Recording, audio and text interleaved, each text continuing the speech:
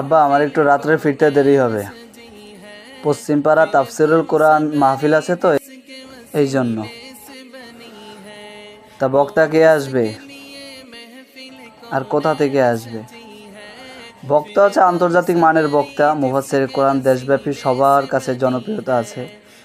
তারপর সকলেই জনপ্রিয় একজন আলেম, সবাই ভালোবাসে তাকে। তা যাও, সহি সালামতে বাড়িতে ফিরো, আর মনোযোগ দিয়ে হুজুরের কথাগুলো শুনো এবং আমল করার নিয়তে শুনো। আচ্ছা, দোয়া করেন আমার জন্য, যেন সহি সালামতে বাড়িতে ফিরতে পারি।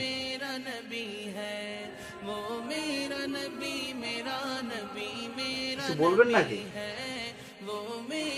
না, বলবো না কিছু, কিন্তু আমাদের যুগে একজন মুফাসসিরে কোরআন ছিল, যার তাফসির কোরআন মাহফিল শোনার জন্য দূর দূরান্ত থেকে মানুষ আসতো। মানুষ যখন তার তাফসির শুনতো, তখন চাতক পাখির ন্যায় তার দিকে তাকিয়ে থাকতো, তার কথাগুলো শুনতো। তবে আমাদের যুগে একজন আন্তর্জাতিক মানের মুফাসসির ছিল।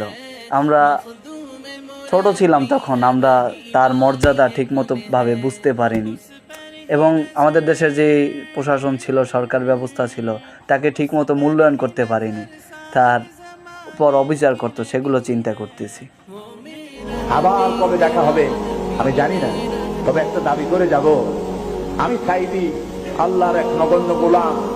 যেদিন আপনাদের কাছে খবর হবে সাইদি পৃথিবী থেকে বিদায় হয়েছে, আমি আপনাদের কাছে শুধু দোয়া চাইব, আপনারা প্রাণ ভরে আমার জন্য দোয়া করবেন।